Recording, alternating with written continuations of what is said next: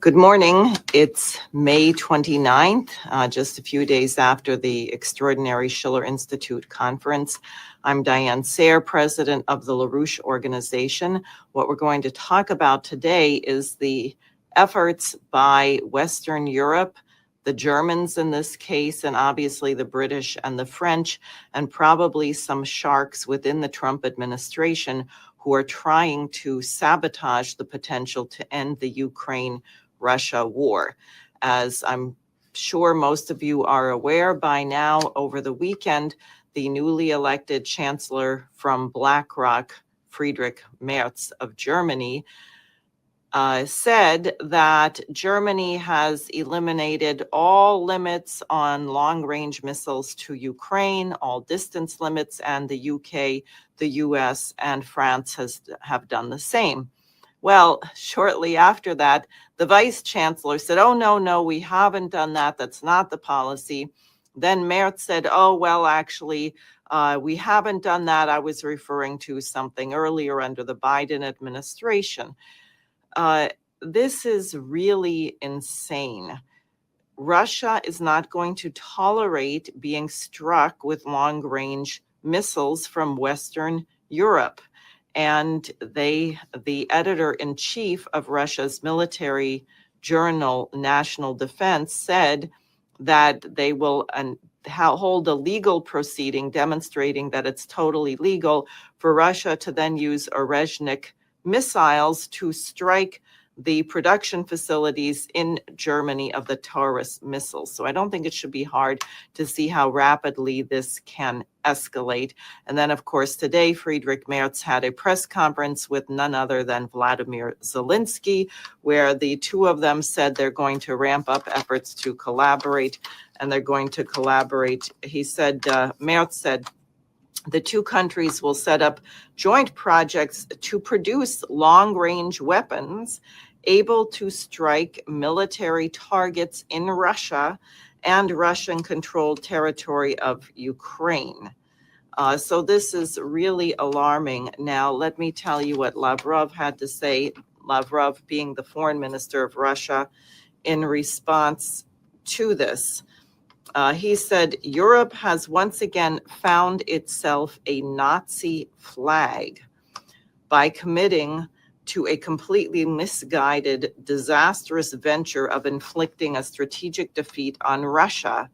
To hear from the current German leader that Germany will regain its position as a leading military power in Europe just after we celebrated the 80th anniversary of the defeat of Hitler's Nazism is quite symptomatic. History apparently has taught them nothing.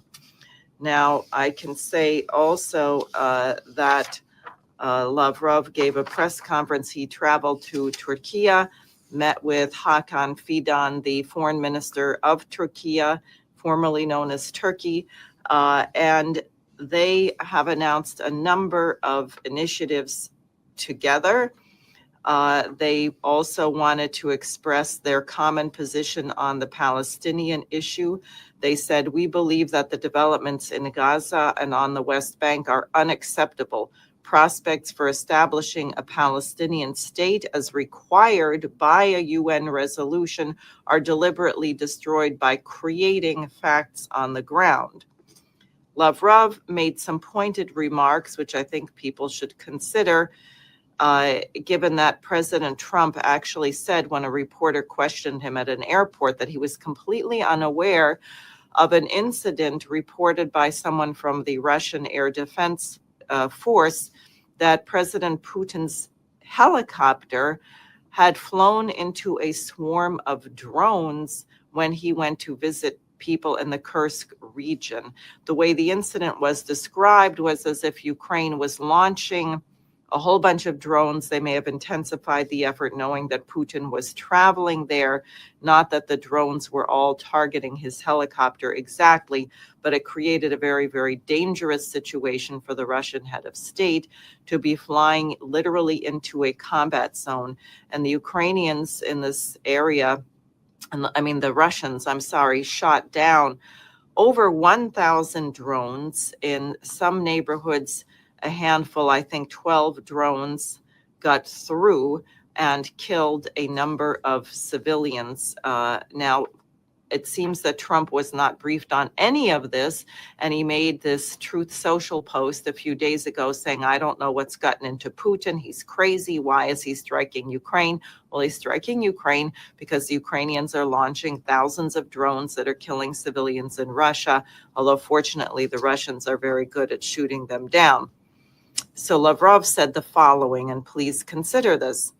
He said governments are being misbriefed about what is happening with the drone warfare between Russia and Ukraine.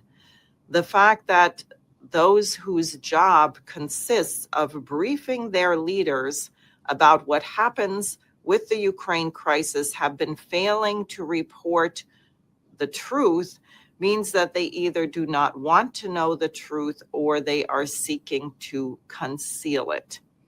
Are people deliberately concealing facts from President Trump? Wouldn't surprise me. I know Tulsi Gabbard has been in somewhat of a fight to relocate the headquarters of the Director of National Intelligence. Does she have access to brief President Trump? Because I think she would be aware of these things. Certainly, I'm not sure. Is he relying on Keith Kellogg, who is a pro-British idiot, virtually treasonous? Or Marco Rubio, who has his own presidential ambitions? I'm not sure. Now, Lavrov also said that he was not overly impressed with the hoopla over Trump's latest rounds of attacks on Putin.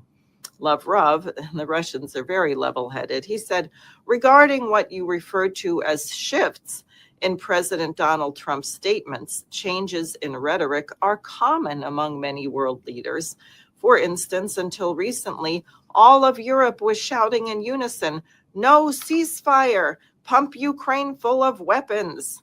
This is what must be done and crush Russia on the battlefield. And what are they shouting now? Ceasefire, immediately, without preconditions. Yet the president of France, Emmanuel Macron, adds that they will not stop supplying weapons to Ukraine during the ceasefire, and they demand that they are demanding from Russia. He said President Trump is a man who seeks outcomes.